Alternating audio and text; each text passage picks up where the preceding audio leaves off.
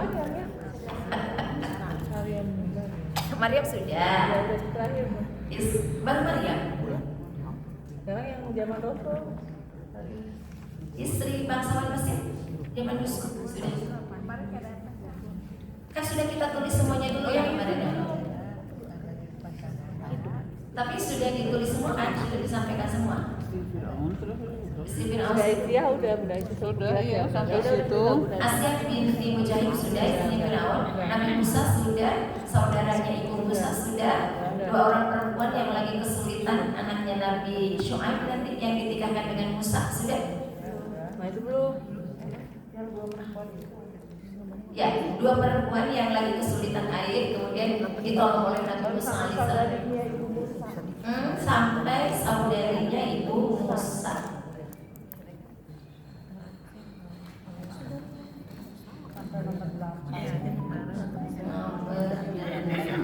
Oh ya, ya berarti nomor 9 belum. Ya, baik. Jadi kemarin kita baru bicara sampai nomor 8 tuh. Opennya. Saudarinya ibu Musa alaihissalam. Kan kita sudah kemarin kan tulis dulu semuanya ya sampai nomor 18. Betul? 19. Oh ya, 19 istri Abu Lahab. Itu zaman perang Rasulullah, kemudian itu masuk zaman Rasulullah, istri-istri Rasulullah terakhir itu. Ya, sudah disampaikan belum istri-istri Rasulullah? Ya, kita tulis dulu kalau begitu istri-istri Rasulullah. Nanti kita naik lagi ke atas untuk membahas istri-istri yang tadi kita sebut dari nomor 9, 10 dan selanjutnya. Di sekarang istrinya istri Rasulullah Sallallahu Alaihi Wasallam. Dari 9 ini kita bagi 2 karena disebut negara Nabi dan sudah Nabi. Baik. Istri-istri Rasulullah itu udah ada 11. Jadi satu riwayat ada yang menyebutkan 11, ada lagi yang menyebutkan 9. Karena ada yang wafat di awal-awal ketika baru saja dinikahi oleh Rasulullah Sallallahu Alaihi Wasallam. Nah, yang membersamai tugas beliau itu 9 yang terkenal. Gitu ya. Yang paling viral dan terkenal adalah 1 Sayyidah Khadijah. Ya, Sayyidah Khadijah. 2 Sayyidah Aisyah. Kita sangat kenal sekali radhiyallahu anha. Sayyidah Khadijah, Sayyidah Aisyah, Ummul Mukminin, semuanya Ummul Mukminin kok. Ya. Jadi kenapa Rasulullah nanti diizinkan oleh Allah punya istri melebihi 4 yang ditetapkan dalam Quran? Kan di Quran hanya ditetapkan 4. Ibu jangan jawab bismillahirrahmanirrahim. Enggak ya. Pokoknya mah selain Rasulullah mah tidak boleh lebih dari 4. Kenapa Rasulullah diizinkan sampai 9? Pun bukan karena pada saat itu belum turun aturan fikih untuk menentukan kalau poligami itu boleh berapa menikahi perempuan-perempuan yang ada, tetapi nanti semua istri-istri Rasulullah Shallallahu Alaihi Wasallam itu oleh Allah akan dijadikan sebagai pusat keteladanan. Jadi nanti semua yang ada pada 9 istri-istri Rasulullah itu sifatnya akan mewarnai sifat-sifat perempuan-perempuan selanjutnya, termasuk kita nanti. Tinggal kita milih tipe tipe Khadijah, tipe Aisyah, tipe siapa gitu ya. Nah, 3 Sofiyah binti Huyai, itu istri Rasulullah. Sofiyah binti Huyai. Jadi saya belum sedikit, Rasulullah itu nanti punya keturunan dari Sofiyah itu, tapi wafat pada saat masih bayi. Ya, Sofiyah itu putra seorang raja yang kalah dalam peperangan di Sandra kemudian oleh Allah diperintahkan dinikahi ini anaknya yang Sofia itu demi supaya bapaknya ikut masuk Islam. Dan betul nanti punya anak dari beliau, dari Sofia ini, tapi wafat pada saat anaknya masih bayi. Ya, jadi tidak viral kemudian ini anak Sofia dan yang lain-lain gitu ya, tidak viral karena memang wafat pada saat masih bayi. Ada keterangan yang menyebut wafat di dalam kandungan, begitu lahir kita hanya bisa samina wa ata'na, wallahu a'lam bishawab. Untuk menunjukkan bahwa Nabi saja sama dengan kita ketika diuji itu, ketika berumah tangga itu ada ujian-ujiannya. Diuji dengan kehilangan anak pada saat dinanti-nantikan gitu ya, diuji dengan ini dan itu dan yang lain-lainnya. Satu tadi Sayyidah Khadijah radhiyallahu anha, dua Sayyidah Aisyah radhiyallahu anha, kemudian yang ketiga Sofia, kemudian Zainab. Yang ketiga tuh nggak pakai syahdas. Kenapa? Boleh pakai Sayyidah sebagai sebuah penghormatan. Sayyidah Zainab. Tuh, ya. Nanti kita kenali. Ada istri Rasulullah itu yang pembisnis, ada yang pengajar, ada yang suka masak. Langsung tulis saja nomor 5. Yang suka masak itu Ummu Sauda, yang terkenal hitam tapi pintar masak. Sauda dari Aswad ya. Aswad itu hitam bucikan memang keturunan kulit hitam benar ya. Tapi dia jago masak. Nah, kemudian Ummu Salamah, dia nanti jadi periwayat hadis juga. Ya, Ummu Salamah itu ditikam oleh Rasulullah di usia 70 lebih. Ibunya Tolhah, janda dari Tolhah. Saat Tolhah wafat dalam sebuah peperangan, Ummu Salamah ditikam oleh Rasulullah. Kenapa? Karena masih punya anak yang masih kecil, jadi Rasulullah menyelamatkan anak yatimnya. Gitu ya. Kita tulis dulu.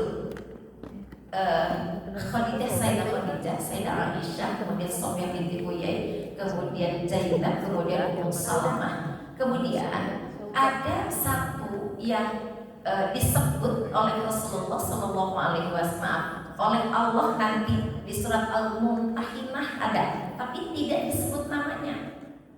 Jadi istri Rasul yang ini tidak disebut namanya, tapi disebut sifatnya nanti oleh Allah di surat Al-Mumtahinah. Kita sebut saja saudaranya Umar bin Khattab. Saudaranya ya.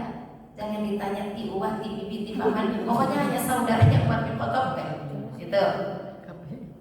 Nah, dua lagi itu tidak dispiralkan dalam sejarah.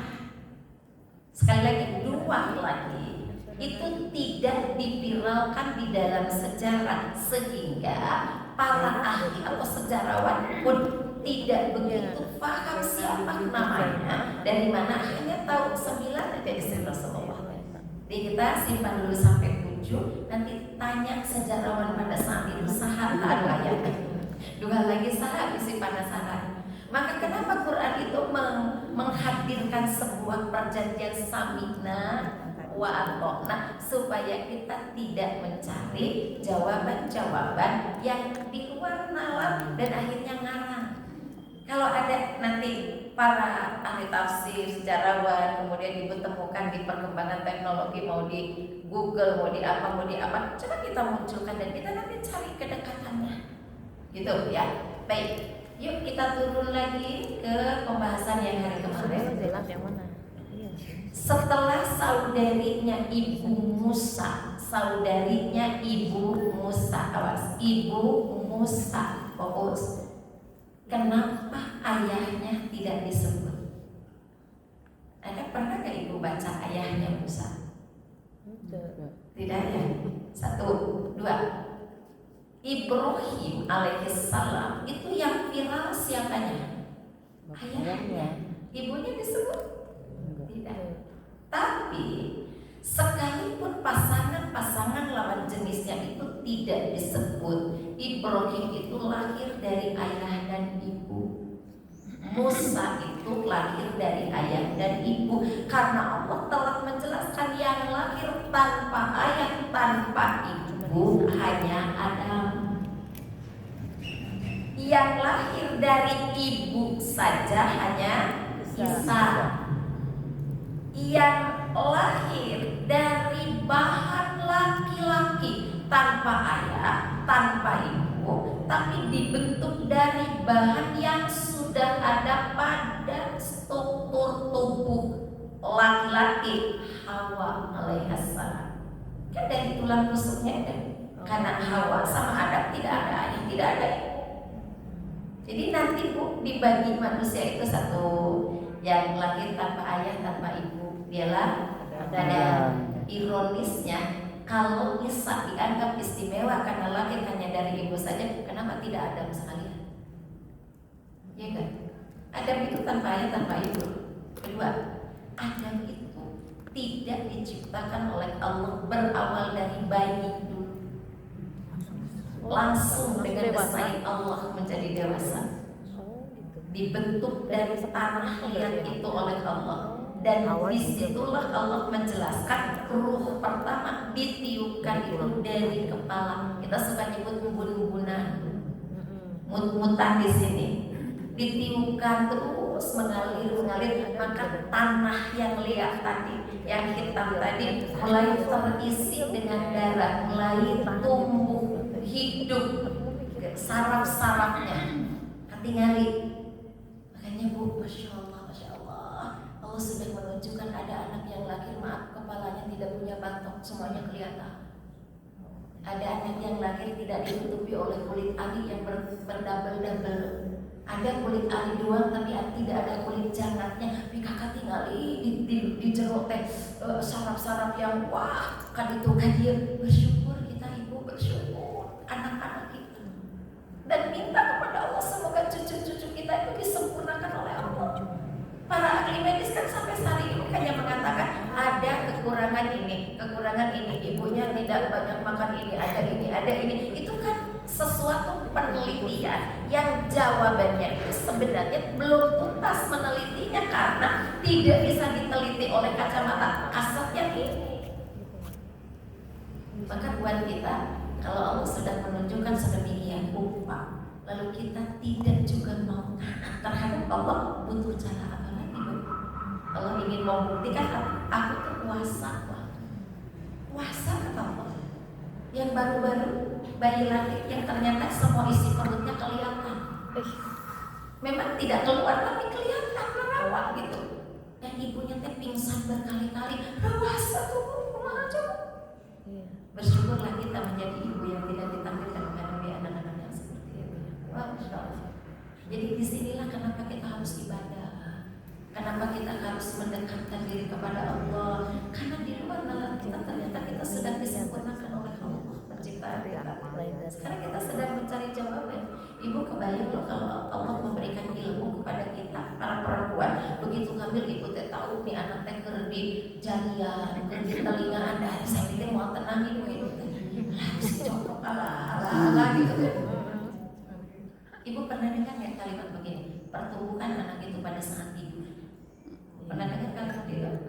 Maka jangan pernah dia dikagetkan, jangan pernah dibangunkan secara sekaligus pelan-pelan. Kalau membangunkan yang mana yang ditepuk bagian mana dari tubuhnya, di mana dibisikannya gitu ya. Mulai ujung-ujung dibangun mencari.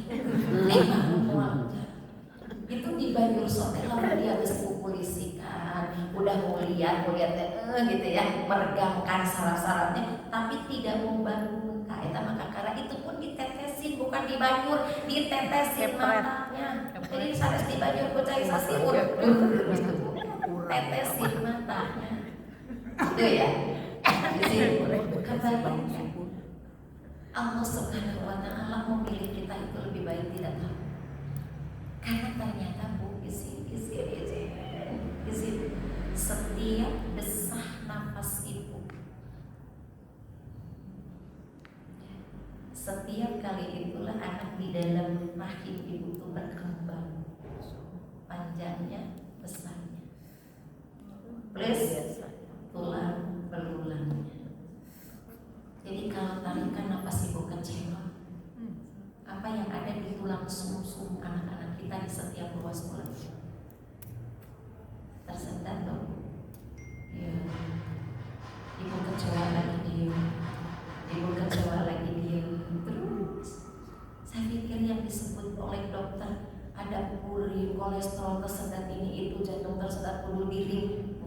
satu penyebab yang sekarang kok, tapi sekian puluh tahun ke belakang kita sudah membuat sumbatan-sumbatan.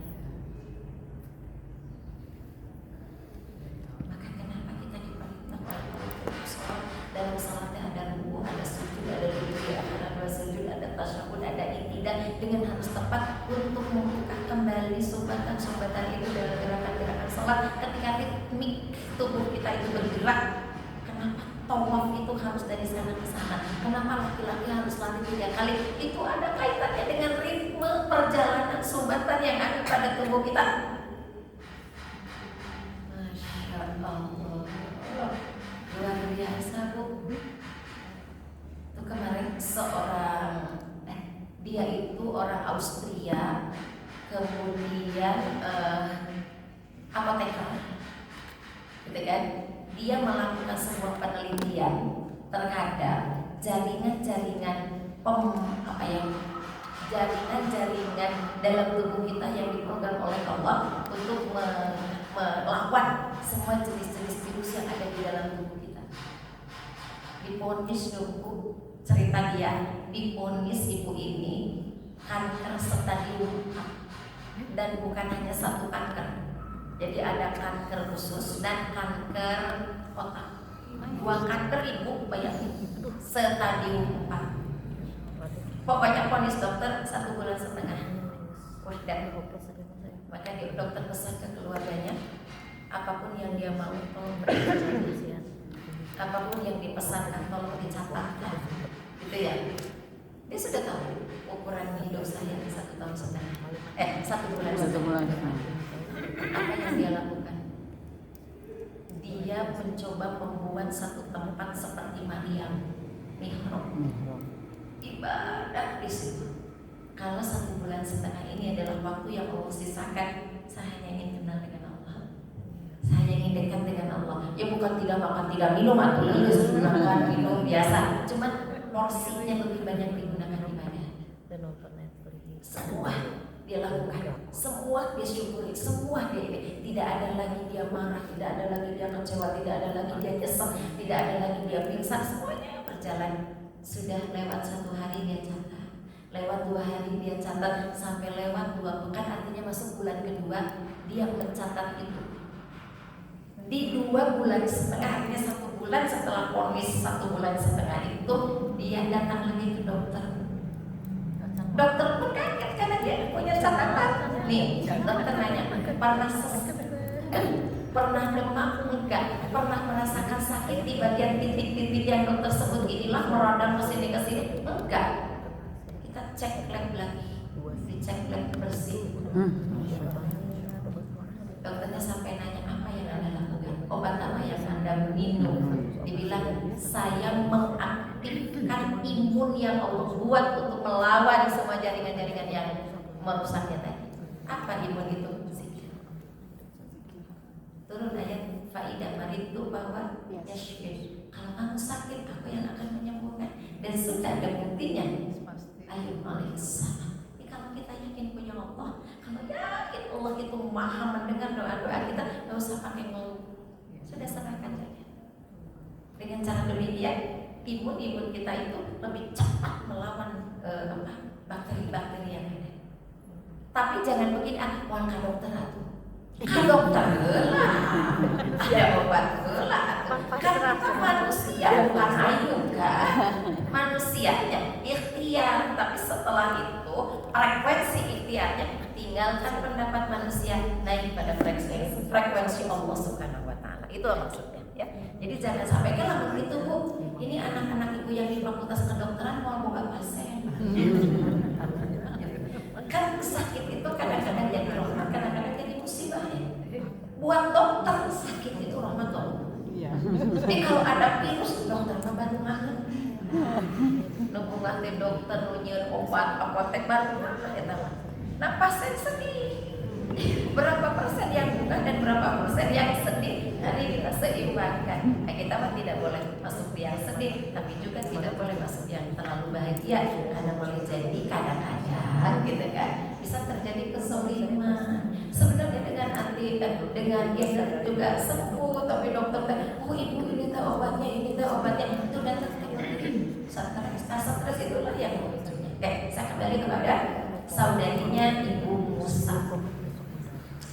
Jadi nanti dalam perjalanan kehidupan itu ada yang disebut ibunya saja, ada yang disebut ayahnya saja. Yang diviralkan disebut ibunya saja, Musa alaihissalam, ayahnya hampir tidak disentuh oleh catatan sejarah. Siapa ayah Nabi Musa? Tapi pun Musa tidak lahir seperti Isa. Kalau Isa kan tidak ada ayah.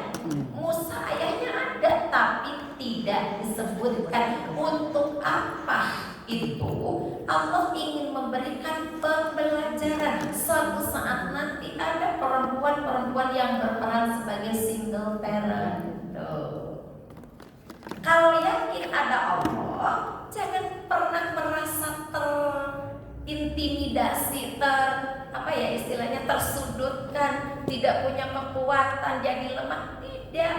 Contoh pernah ada, bahkan anaknya harus dihanyutkan di sungai. Pan anak-anak ibu mah enggak? Ibu yang single parent anaknya pernah dihanyutkan? Itu titele merendah. Beda ya Bu ya? Kan tidak gitu. Nah, jadi Allah ingin mengajarkan dalam kondisi-kondisi yang kamu berjuang sendiri, melakukan segala sesuatu itu kesannya adalah sendiri, yakinkan ada Allah. Ya. Termasuk saudarinya Musa menikah tidak? Tidak tahu, betul. Karena sejarah tidak menyebutkan. Nah, maka nanti ada kelompok yang tidak menikah itu termasuk saudarinya ibunya Musa, itu tidak disebut menikah. Gitu. Ini pun untuk memberikan pembelajaran kalau ada perempuan yang mungkin dalam perjalanan tugas sebagai khalifah di muka bumi ini tidak berkesempatan punya pasangan, entah apapun penyebabnya, maka kata Allah tidak akan dan tidak boleh mengurangi rasa kemuliaanmu di hadapanku, karena pernah ada perempuan-perempuan yang juga aku ciptakan membersamai calon nabi bahkan saat itu, tapi pun mereka tidak menikah. Jadi tidak menikah itu bukan aib, tapi jangan sampai kita kena dengan pre-marriage.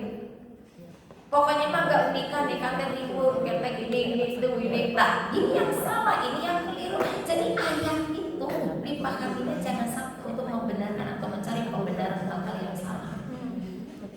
Nah, sekarang mah anak-anak kan begitu hampir-hampir ya. Udah asik dengan sekolah, asik dengan pekerjaan, ibunya nanya, "Ih mama, apa nyantai begini? Kita kudu ngurus itu." Seperti iya secara logika, tapi Rasul mengancam, bukan umatku kalau kalian begitu. Kalau sholatnya jalan. Dan di situ kalau ibu punya anak perempuan, baru misalnya kuliahnya semester 5, semester 6, dinikahkan ke ibu, jangan disebut kecentilan. Oh, ini centil baru semester 5 punya nikah. Bukan, justru ibu harus bangga. Jangan-jangan anak-anak kita itu ingin meraih sesuatu yang halal dalam pandangan Allah. Tidak ada. Kita harus memutuskan secara kita karena aturan sudah ada. Kan nanti muncul begitu kesannya di kampung menudahkan mitos nikah tadi kampung, karena kita ngerasa modern orang kota, jadi kok jadi begitu? Enggak, semua sudah termaktub dalam aturan-aturan Allah. Baik, yuk kita masuk ke nomor 9. 2 orang perempuan yang lagi kesulitan untuk mengambil air, kemudian ditolong oleh Nabi Musa alaihissalam, yaitu anaknya Nabi Syu'aib alaihissalam. Di mana Nabi Syu'aib diutus? Nabi Syu'aib diutus di mana? Aku kamu lagi dari pada nyebat di Cimahi maka, pada nyebat di Padalarang maka, pada nyebat di Sukabumi maka, kan bebas saja. Kan kalau nyebut di Padalarang asal tidak ada di Quran Padalarang.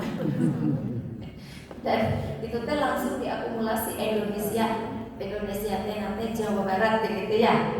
Di Jawa Barat gitu cari diwanya Padalarang. Di mana Nabi Syu'aib diutus.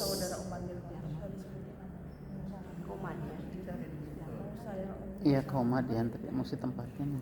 Di mana? Di Madyan. Oh iya, Ya, nanti salah satu kota bagiannya ada Itu di mana?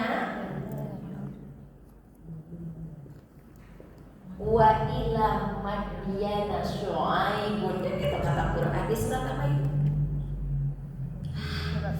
Lupa juga. Teacan kadinya. Nanti ada di surat Al-Qasas.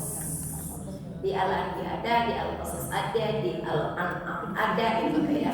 Wa ila madyana syu'aiban akhahum. Dan kepada kaum Madyan kami utus saudaranya yang bernama Syuaib. Kok disebut saudaranya? Karena sebelumnya pernah ada yang diutus, jadi nanti Syuaib, Ayub, Yunus itu saudara. Gitu ya. Dari keturunan siapa? Assalamualaikum. Saya ketika kita nggak jawab, bukan kamu lah. Dari keturunan siapa? Dia bilang Nabi Adam. Nah, pasti kita dari keturunan Nabi Adam. Dari keturunan Nabi Ismail alaihissalam. Ismail keturunan siapa? Ibrahim. Jadi seluruh keturunan Nabi Ibrahim itu jadi Nabi. Hebat nggak Ibrahim? Semua sampai nanti ke Rasulullah Sallallahu Alaihi Wasallam. Ya. Wa ila madyana akhahu. Tapi kita tidak membahas ayat ini. Dan kami utus saudaranya Yusuf, Ayub dan begitu. Siapa namanya? Syuaib. Di kota mana? Di Madian. Nanti kalau benar-benar ke Aqsa, ya itu kita melewati itu kota Aman. Kan Aqsa tuh bisa dari Aman ke Aqsa, ya, bisa dari Tel Aviv ke Aqsa. Kalau Bunda lewat rutenya ke Jordan, itu kita ke Aman, terus baru nyebrang ke Aqsa. Tapi kalau dari Mesir, kita itu ke Tel Aviv, terus kita masuk ke Aqsa. Kok Bunda ini tahu? Hafal Bunda betul. Tiap tahun umroh. Tapi ke Aqsa enggak. Saya sudah kedua-duanya lewat ke sana waktu ke Aqsa. Saya sudah 3 kali ke Aqsa. Itu Bunda-bunda yang bisa. Betul dicatat muter gitu Bunda. Hafal banget. Bismillah ya, Bismillah ya. Bismillah kita ke Aqsa. Amin. Pokoknya minta kepada Allah bagi yang sudah pernah haji dan umrah, mungkin terakhir sebelum kita pulang kita bisa ke Aqsa. Karena itulah yang diperintah oleh Rasulullah. Berpergianlah ke 3 tempat itu supaya nanti kalian bisa tahu. Bismillah ya. Bismillah. Gak usah merasa aduh kumaha, aduh ke aman, tenang, pan Allah tuh aman kita. Penting mah kita niat aja dulu. Bismillah ya. Ini setelah Ramadan ini kita ada perjalanan ke Aqsa. Ayo. Sudah ada yang daftar kok? Ya. Nah, yang mana yang ini kita berbicara secara ininya ya. Yang mana yang lebih mudah? Yang lebih mudah itu lewat Aman, Bu. Ke Jordan. Jadi kita ke Turki, kemudian ke Jordan, dari Jordan nyebrang ke Aman itu pakai bis. Ya, nanti lewat situ kita baru masuk ke wilayah Aqsa. Nah, biasanya visa Israel itu keluarnya kita nanti di Aman. Makanya nggak heran kalau Gus tapi ke Aman tuh keluar visanya, kan pernah dengar yang gitu-gitu? Betul, ada. Jadi tidak dari sini dikeluarkannya oleh Israel, Bu.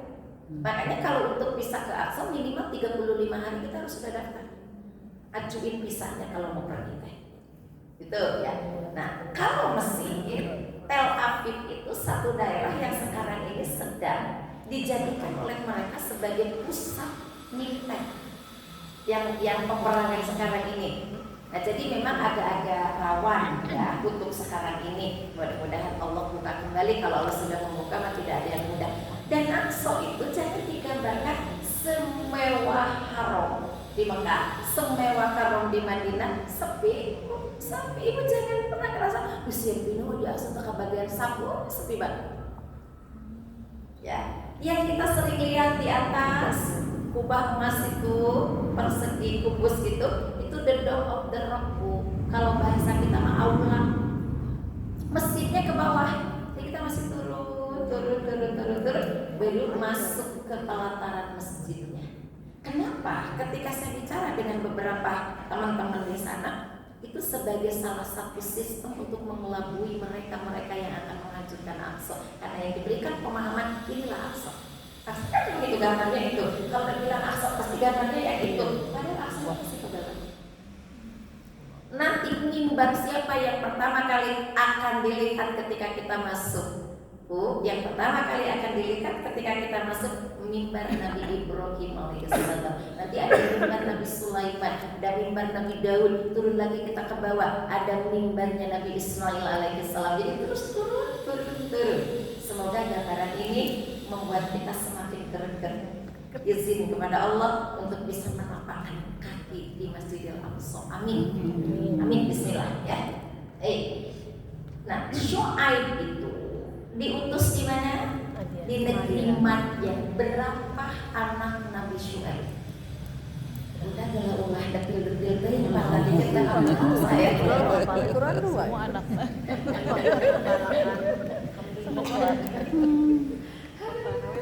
Masya Allah. Ya nggak apa-apa ya Bu ya. Nah, gitu kan. Baik. Yang disebut di dalam Al-Quran, putra Nabi Syuaib itu dua. Nabi Syuaib itu sendiri punya anak 12 dari istrinya, bukan dari Nabi Syuaib. Karena Nabi Syuaib tidak pernah melahirkan. Ya. Tapi yang lain itu tidak disebut. Bahkan yang dua ini pun ini tidak disebutkan namanya. Siapa? Sehingga siapa istri Nabi Musa kan tidak tahu. Yang dikenal itu putrinya Nabi Syuaib. Sudah segitu aja. Karena tidak disebut namanya. Pertanyaan kita kembali ke awal ketika kita belajar. Ketika Allah menyebutkan satu peristiwa dan di situ ada pemerannya, tapi tidak disebut namanya, ada apa? Ya. Akan terjadi di kemudian hari peristiwa-peristiwa seperti itu mungkin tidak serupa tapi mirip dan hampir sama. Secara hukumnya sama. Gitu ya. Maka kekinian kita menemukan kan peristiwa-peristiwa seperti ini ada keluarga-keluarga yang ibunya tidak diviralkan, ayahnya saja yang diviralkan atau sebaliknya. Gitu ya. Dan ada yang sekian banyak nama anak dari satu keluarga, ternyata yang viral teh hanya satu, hanya dua. Itu yang kemudian mereka muncul di tengah-tengah media sosial sebagai orang-orang yang dikategorikan sukses, sehingga mencatat sebuah peristiwa. Misalnya jadi dokter, jadi menteri. Apakah menteri yang sekarang seluruh adik kakaknya jadi menteri? Tidak. Apakah mereka terkenal? Enggak. Biasa weh. Gitu ya. Yang jadi menteri terkenal, namanya ada fotonya, ada namanya, ada pelantikannya. Yang ada kakaknya? Enggak. Apakah ketika mereka dilantik kemudian satu keluarga besar, ini nenek saya, ini kakek saya? Enggak. Hanya istrinya aja yang datang. Betul? Oke, nah ini menggambarkan fokus. Tidak sederhana Allah membuat hukum ini. Jangan pernah bangga dengan apa yang diraih oleh orang lain, terlebih itu hanya urusan dunia. Tapi banggalah terhadap diri yang sudah bisa meraih kedekatan dengan Allah. Hati-hati, karena nanti banyak di tengah kehidupan yang begitu. Kata saya mah anu-anu, nah hari ecun miskin tak ecun mah. Nah, jika bisa kita menumpang kepada orang lain, ya. Baik. Nah, yang kedua inilah semua anak Nabi Syuaib itu perempuan.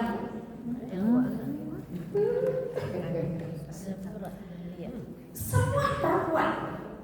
Ini juga mengajarkan kepada kita, kalau ada keluarga yang punya anak perempuan saja, jangan merasa tidak trauma. Maka nanti kehadiran Muhammad Rasulullah SAW dengan berbagai aturan-aturan secara fikihnya, gitu kan?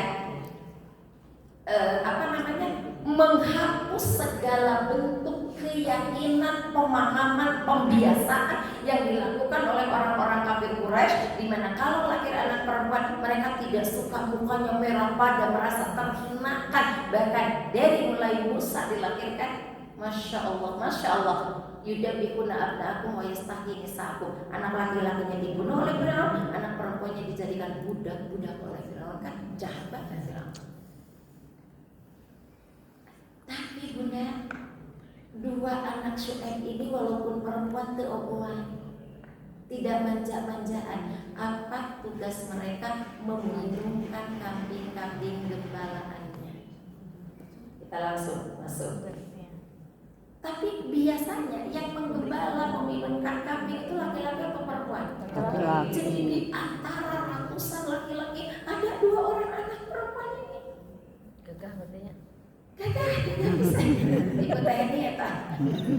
Hanya saja sebelum mereka bisa masuk keseret lagi, selalu hanya bisa nengok aja. Artinya menjelaskan perempuan tidak segagah laki-laki. Gitu kan?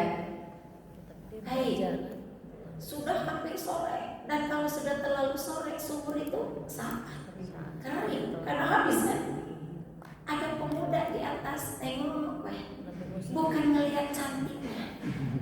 Kalau perempuan itu dibiarkan, dia tidak akan kebagian, dan setiap hari harus mengalami peristiwa ini. Turunlah pemuda ini loncat, tidak basa-basi, domba-domba anak perempuan itu dia bawa ke bawah, ikut berdesak-desakan. Bahkan karena gagahnya, karena kuatnya yang sudah berkumpul di situ, semuanya seakan terseret. Lalu si domba yang lebih duluan bisa minum. Udah beres diantar tuh. Tidak kata-kata apa-apa, pulang sekarang. Pulang aja. Ayahnya kaget, siapa ayahnya? Nabi Syuaib.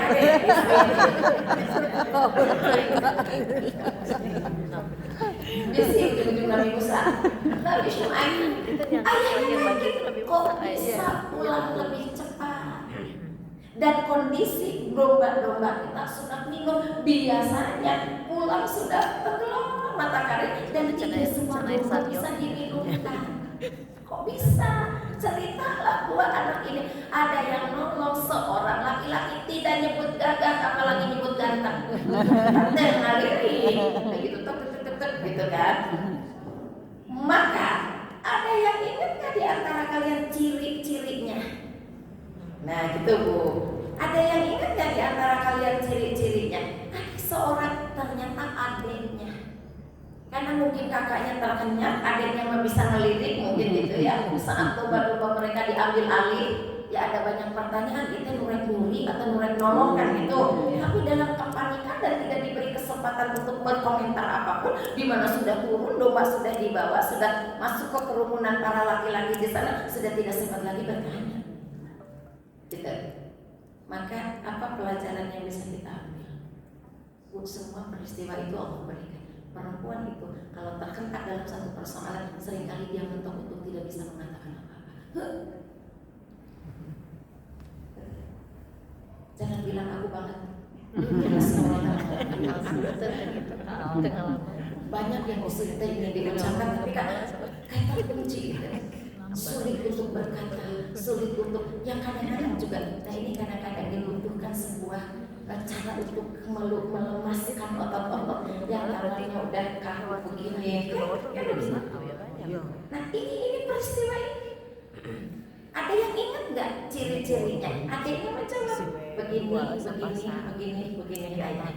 Kan Nabi Syuaib itu pemimpin dong. Diumumkan siapa yang menemukan tipe-tipe seperti ini. Gitu. Tolong sampaikan, datang ke rumahku. Karena aku mau kasih hadiah sebagai ucapan terima kasih sudah menolong 2 putriku. Ya, kalau pemimpin cepat tunggu, tersiap. Datang Musa. Kata Nabi Syuaib, benar yang ini? Ya. Gitu kan? Izin Bu, seorang ayah yang menjaga kehormatan anak perempuannya. Begitu anaknya bilang, ya. Apa jawaban Nabi Syuaib? Ini jarang diungkap tafsir ini. Dengan cara apa matamu bisa meneliti dia? Aku khawatir jangan-jangan ada nafsu di pikiranmu mengarah ke matamu. Aku akan ditanya di hadapan Allah bagaimana aku mendidikmu dan menjaga engkau dari fitnah yang Allah tidak boleh lihat. Segitunya.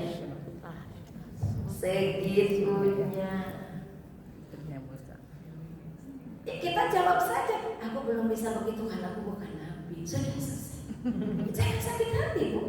Tapi artinya doakan anak-anak kita. Kalau kita tidak bisa seperti Soeb Sestrep itu, doakan anak-anak kita, ya Allah, tolong mata mereka bisa mereka gunakan untuk melihat apapun. Tapi hati seorang ibu nyambung kepadamu, tolong jaga dari penglihatan-penglihatan yang akan melahirkan fitnah. Tolong ya Allah, kalaupun kau izinkan mereka melihatnya, maka penglihatan itu hanya sebagai sebuah anugerah yang kau berikan, yang bukan karena nafsu anak-anakmu untuk memandangnya. Dan doa ibu tidak ada yang menghalanginya. Diam dong Bu, kedua anaknya ya bingung ditanya ayah begitu. Dan tadinya tidak menyengaja yang satu, yang kedua kan menjawab itu karena ayah nanya, lalu tadi tanya mas saya mau menjawab. Tadi dia Bu, kadang-kadang orang tua lain egois. Kan anak seringkali punya kesimpulan begitu, egoisnya menikahi orang tua, semua pendapat mama teh harus benar. Bukan, tapi inilah Nabi Syuaib. Akan tidak susah jadi ibu. Bagir teuing susah, keras teuing susah, diantarkan dulu, digenggerkan marah kan susah. Ya, maka hanya dengan pertolongan Allah saja kita bisa. Oke, betul. Ditanya begitu dia, Musa langsung bicara. Bukan karena pandangan anak-anakmu, tapi karena sosok aku yang hadir di tengah-tengah perhatian konsentrasi mereka. Kalian ibu, pokoknya lamun ayah pak budak itu jadi keminantu kalian. Sendiri ya. Pak dia punya anak perempuan, kalau ada pak budak begitu langsung bu jadi keminantu. Kan asal tidak ada kan? Bukan karena pandangan anak-anak, tapi karena sosok kehadiranku di tengah-tengah kebingungan mereka. Lalu sedang bingung ayat 04 pasti ibu apa? Ayat orang nanti. Maka kata Musa, engkau memanggil aku gerangan apa yang harus aku pertanggungjawabkan? Musa juga takut. Bisik fitnah. Ini teh pemimpin loh, nabi loh. Nah, kalau dia kecewa, bagaimana hukum itu kalau diterapkan? Maka kata Nabi Syuaib, aku akan kasih kau hadiah. Pilih dari dua anakku yang kau akan jadikan pendahulu engkau. Langsung dilamar aku ini. Kok bapak nabi melamar? Masya Allah. Apa jawaban Musa? Saya tidak punya mama. Jangankan untuk mahar. Kalau bahasa kita mah, saya pemuda yang belum punya kerja, belum ini, belum itu, lalu Anda kok bisa melamar saya? Dari mana Anda mau mempercayakan anak Anda kepada saya? Kan gitu kan? Maka kata Nabi Syuaib, aku melihat ciri engkau menjadi hamba Allah. Maksudnya, aku tahu kau bakal jadi nabi. Tapi kan tidak boleh. Sudah jadi nabi belum? Belum, bukan ya? Ulah disangka harus jadi nabi. Gitu ya. Nah, singkat cerita, dinikahkanlah oleh Nabi Syuaib kepada Musa salah seorang anaknya. Tidak disebut anak pertama, anak kedua tidak disebut. Dinikahkanlah, kemudian dibawalah pasangan ini oleh Musa di tengah perjalanan masuk musim yang amat sangat dingin, hampir membekukan. Itu kisahnya. Nah, di tengah-tengah krisis udara yang begitu luar biasa, Musa melihat seperti ada cahaya api. Maka dia katakan kepada istrinya, kau tunggu di sini, aku akan ambil api itu minimal untuk bisa menghangatkan. Berangkat ke Musa kemana? Kemana Bu? Sumber cahaya. Ke Bukit Sinai, nama di sumber cahaya. Sumber cahaya. Ke Bukit Sinai. Nanti ibu kalau ke sana diajak tuh sama travel tag ke Bukit Sinai, kita naik. Mau sekali. Mau. Kebangetan maunya. Minta kepada Allah sebelum kita pulang dipanggil diizinkan belum bisa datang ke tempat-tempat itu. Kan udah lama kalau saya mau besok tenang. Dan umur kita masih diberikan. Mau aja dulu. Mungkin itu cukup dari kita besok. Kan bingung. Ya, oke. Dipanggil ke Bukit Sinai, begitu datang tiba-tiba Musa mendengar suara, ini anna rabbuk fahla'ma qawaid. Nanti di Arabia itu ada, Musa, aku ini Tuhanmu, buka sendalmu, karena kau masuk ke tempat yang disebut muqaddas, tua suci dan disucikan. Tua sampai sekolot ya, tidak agung gitu. Musa bingung bu, kaget bu. Jadi saya bilang dulu, hanya 2 orang nabi yang langsung diajak oleh Allah berbicara, dan hanya 1 manusia yang langsung diajak berbicara. Dia bukan nabi, tidak keturunan nabi, tapi nanti punya anak jadi nabi. Maryam diajak bicara langsung oleh Allah. Aku akan menitipkan di rahimmu sosok yang nanti akan aku pilih menjadi nabi. Maryam bingung. Rabbi anna yakunu li waladun walam yamsasni basar. Di ayat 47 surat ketiga. Ya Allah, bagaimana aku bisa punya anak? Kan tidak pernah disentuh. Jangankan ini itu nikah, disentuh pun enggak, bertemu pun enggak, kecuali aku bertemu dengan sosok pamanku Zakaria.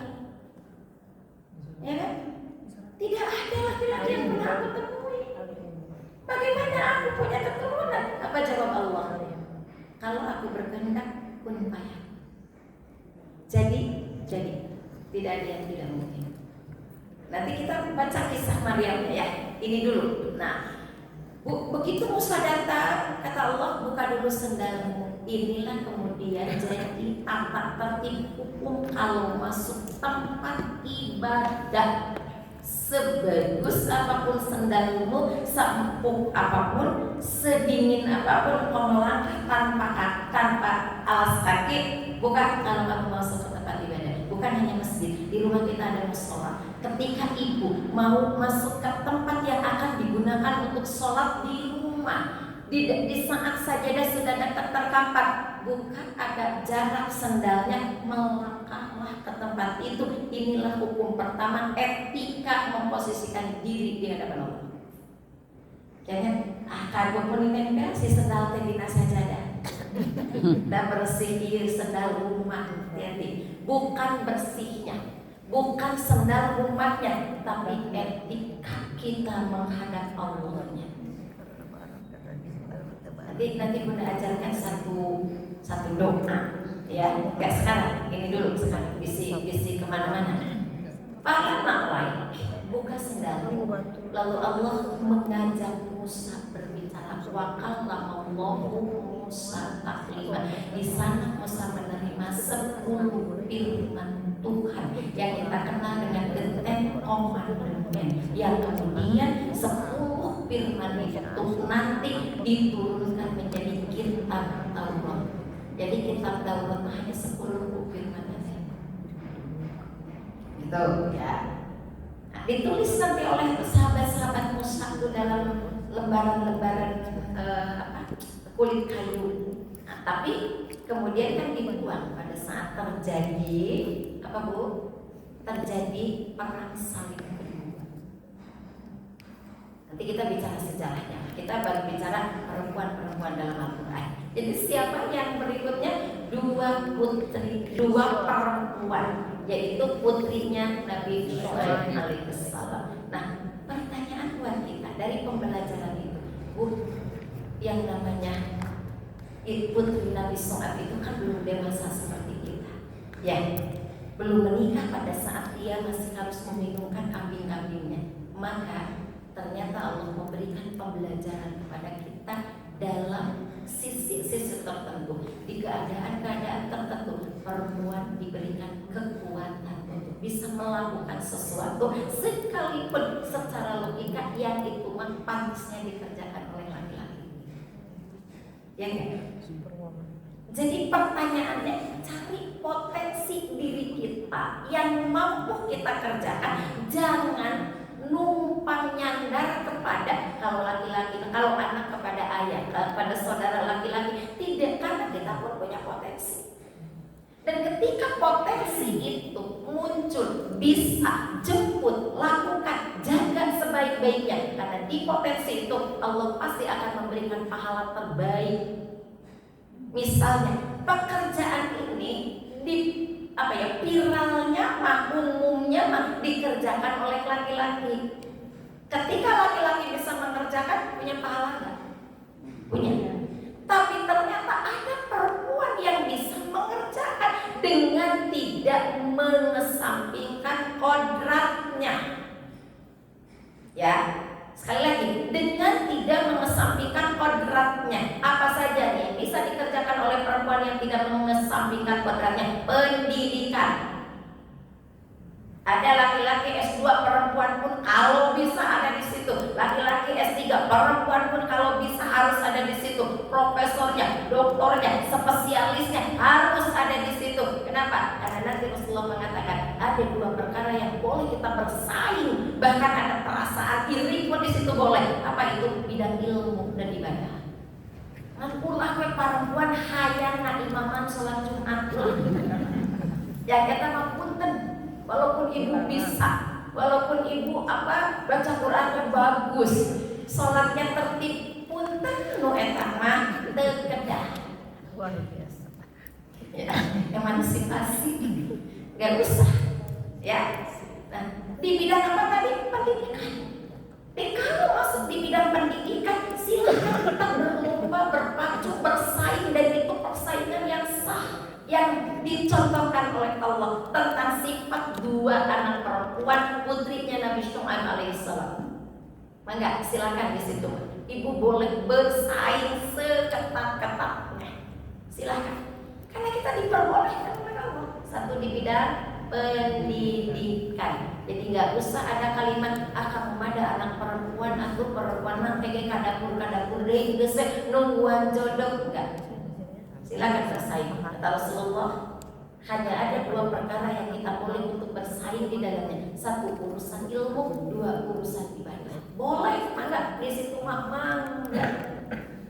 Maka apa tugas Ummul Mukminin Aisyah kesehariannya? Ngajar. Bu Fatimah Ajana itu perawat, nurse. Jadi kalau sekarang ada para perawat, Bu Fatimah Ajana, dia perawat bu.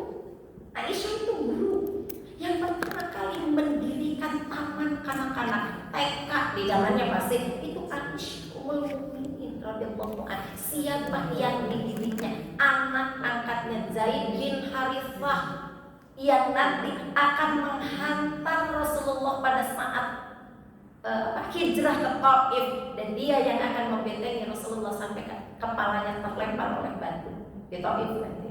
Zaid bin Harithah. Kan Aisyah tidak punya anak, tapi punya anak angkat. Ya, jadi Aisyah tuh angkat gitu.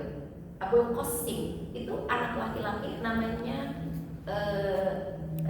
Abdullah bin siapa ya? Diangkat oleh Rasulullah. Alqabnya langsung kepada beliau. Abul Qasim diurus oleh Aisyah. Diurus bagaimana dididik. Jadi siapa yang pertama kali mendirikan taman kanak-kanak untuk pendidikan prasekolah? Aisyah. Gitu ya. Baik. Nah, jadi bunda, ada pekerjaan-pekerjaan laki-laki secara umum yang bisa dikerjakan oleh perempuan. Pertanyaannya, apa dong bedanya? Allah Subhanahu wa ta'ala memberikan pahala yang berbeda. Kalau sampai di pahala, banyak yang tidak kita loh. Pahala biasa, kan kalau pahala. Tapi coba kita lihat, yep. Di setiap tubuh kita, laki-laki atau perempuan, ada organ yang sama. Setiap tubuh kita, bu, laki-laki atau perempuan, organnya sama. Sama nggak? Ada kepala, ada jantung, dada dan isi-isinya, ada perut dan isi-isinya, ada kaki dan kekuatan-kekuatannya, ada tangan dan kekuatan-kekuatannya. Tapi ada satu yang kita tidak punya sehingga harus mengambil dari bagian organ laki-laki seperti Hawa diciptakan. Apa itu? Tulang rusuk. Kita kenal itu aja dulu istilahnya. Jadi kita diciptakan dari apa? Tulang rusuknya. Apakah fisik yang disebut tulang rusuk dicabut? Itu kok kemudian akan jadi pincang. Gitu ya. Masya Allah, Bu, izin. Apakah tulang rusuk itu? Bukan. Ternyata tulang rusuk yang diambil itu tulang rusuk yang menyimpan cairan. Kalau ada sesuatu diambilnya dari mana? Cairannya ambil dari sumsumnya ini, dari ini. Tulang rusuk itulah nanti tempat menyimpan sumsum itu.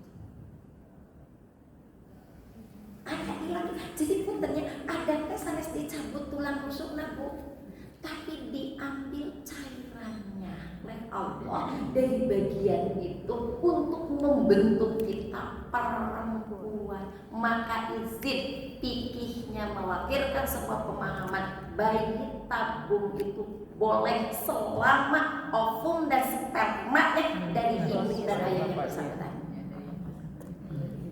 Coba zaman Adam tos ayah hukum bayi tabung? Belum.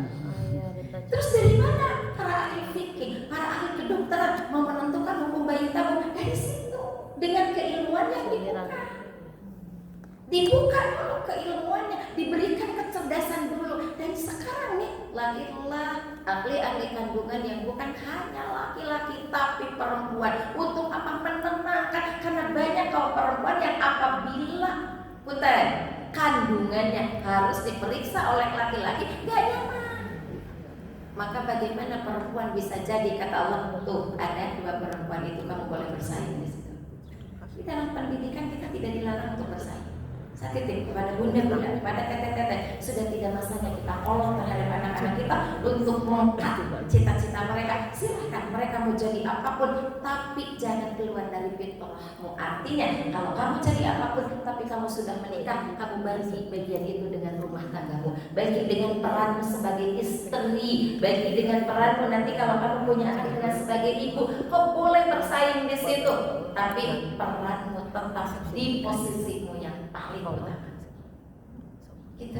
Maka punten izin banyak nanti orang tua yang merindukan dirinya, gak apa-apa katanya kuliah, mama ketitipin si adik juga gak apa-apa. Nanti ayah ada baby sisternya, kita tinggal mengawasi. Itu boleh ibu.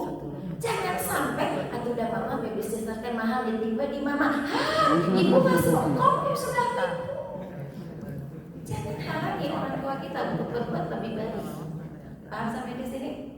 Jadi hari ini kita mendapatkan pelajaran. Ayo mari kita berebut posisi dengan kaum laki-laki seperti halnya dua putrinya Nabi Syuaib alaihissalam, tapi di bidang apa?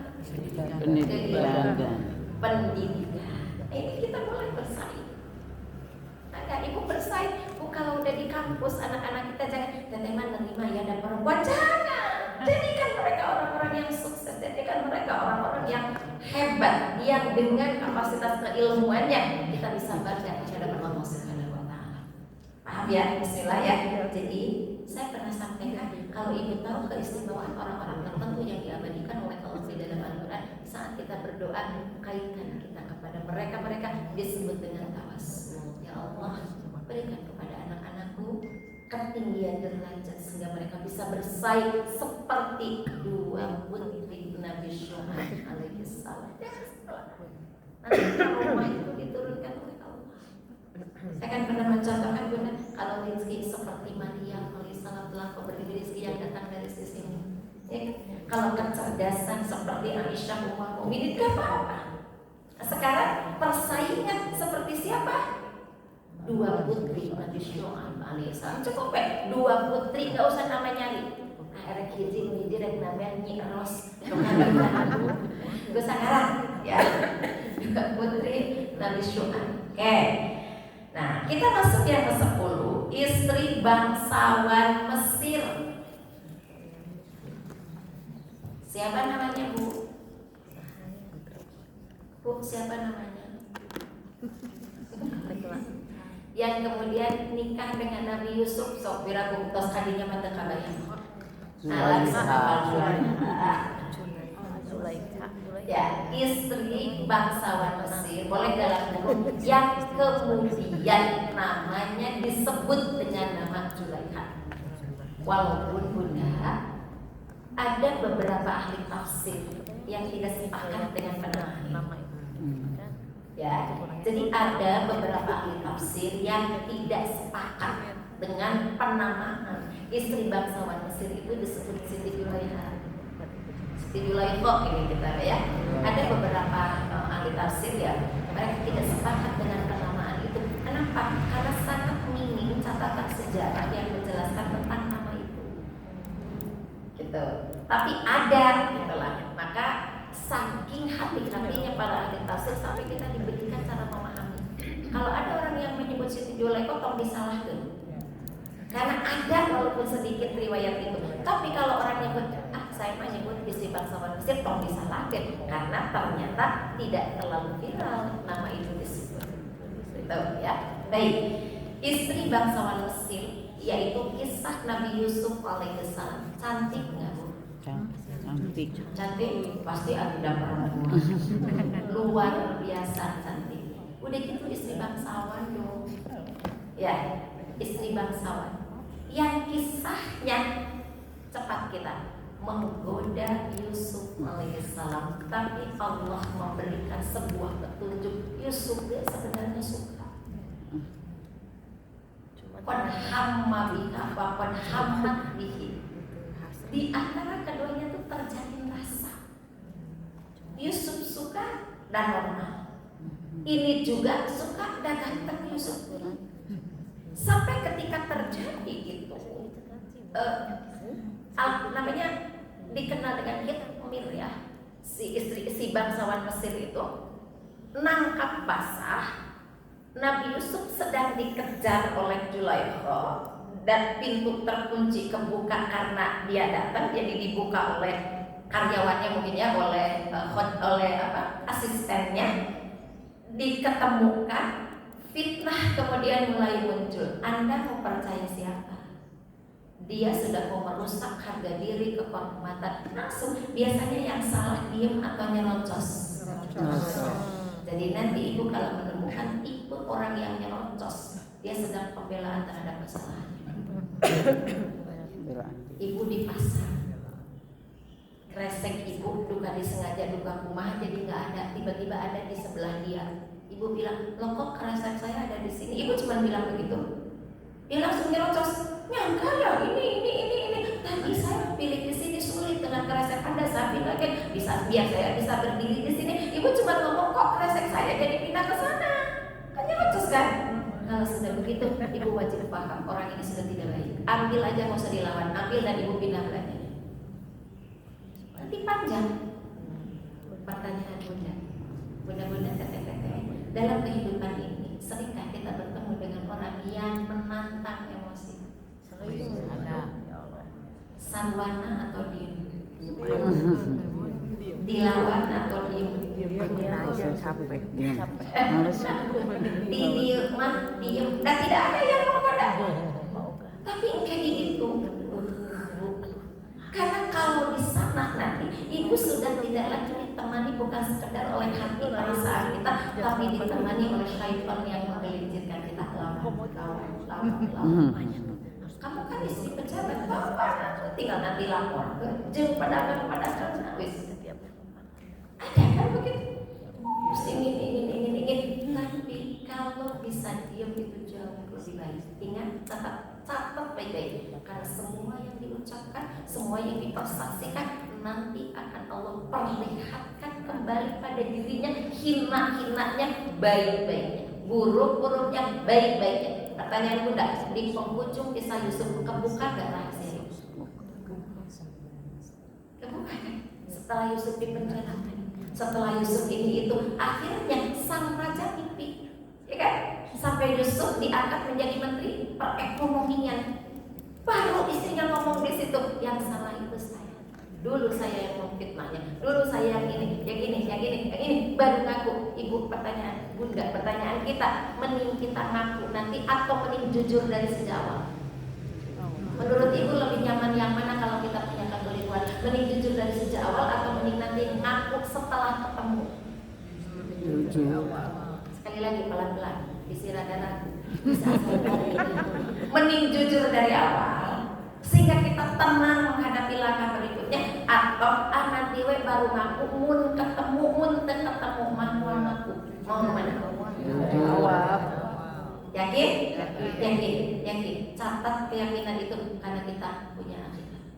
Yang di sana tidak ada satupun yang disembunyikan. Yang di sana tidak ada satupun yang akan menghalangi. Yang di sana tidak ada satupun yang akan terlewat. Semuanya tercatat dengan Al-Quran di hadapan Allah. Mending sekarang kita masih diberi kesempatan bertobat. Kita masih diberi kesempatan memperbaiki semua langkah-langkah kita. Bahkan masih bisa merubah cara yang kita kerjakan. Sebelum nanti semuanya ditutup oleh Allah saat kita waktunya harus keluar.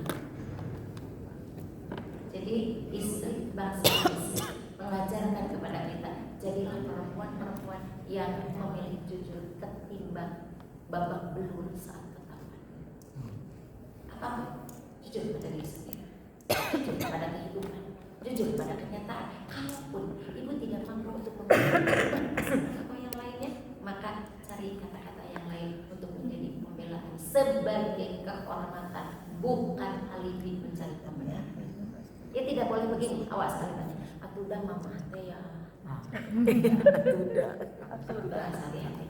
Kalau ibu atudah kata-kata di dalam bahasa komunikasi, ibu sedang menggunakan kata cerdasan. Nanti semua yang terjadi kalau salah pasti mencari atudah. Sementara kita itu diciptakan oleh Allah sebagai orang cerdas menyelesaikan masalah. Jadi izin, kalau ibu mau menjadi manusia yang cerdas menyelesaikan masalah, minta kepada Allah sebagaimana istri bangsawan Mesir telah tunduk kepada aturan. Itu cara membuka supaya kita cerdas menghadapi masalah. Ya, Bunda Teteh, insya Allah yang lain-lainnya kita sudah tahu. Ada Ratu Balkis, ada ibunya Maryam yaitu Hana, ada istri Nabi Zakaria, dan itu sudah kita angkat di permukaan. Istri-istri para nabi juga sudah kita angkat tadi di awal-awal. Maka insya Allah kita tinggal belajar mau menjadi tipe yang mana, jadi perempuan di dalam Al-Quran. Mau tipe Khadijah, alhamdulillah sudah cerdas, kaya. Ibu mau tahu kekayaan Khadijah? Yang pernah umroh, boleh gak juga? Yang pernah haji, umroh. Ibu pernah saling kan? Kalau masuk sofa keluar dari mana? Marwah. Begitu keluar, kita itu akan melihat lapangan yang akan menuju ke tempat kelahiran Rasulullah, tempat pengisian air zam-zam yang jernih itu di ujung sana. Dari ujung Marwah hari ini sampai ke belakang tempat pengambilan air zam-zam yang jerigen-jerigen itu masih terus ke belakang sampai ada tiang listrik tertinggi yang ngariung di ujung sana. 20 salapan kipas angin pokoknya. Udah itu ada posisinya 2. Kesana terus itu gudang penyimpanan kekayaan aset Khadijah. Gudang segitu, hampir 4 kilo. Udah sekarang sampai ke Aisyah. Itu gudang. Kira-kira Khadijah miskin atau kaya? Kaya. Kayaknya sangat kaya. Pada saat wafat hanya 2 pakaian, yang satu pun sudah bertambah moyang kalau diangkat oleh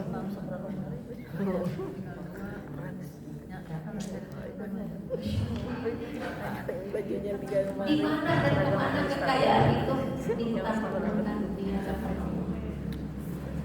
Aku nabung ya Allah, aku nabung.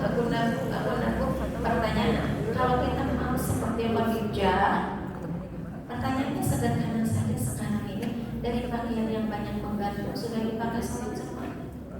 Tahu akan dipikir lagi dipakai sholat kehilang, dipersaksikan kepada Allah.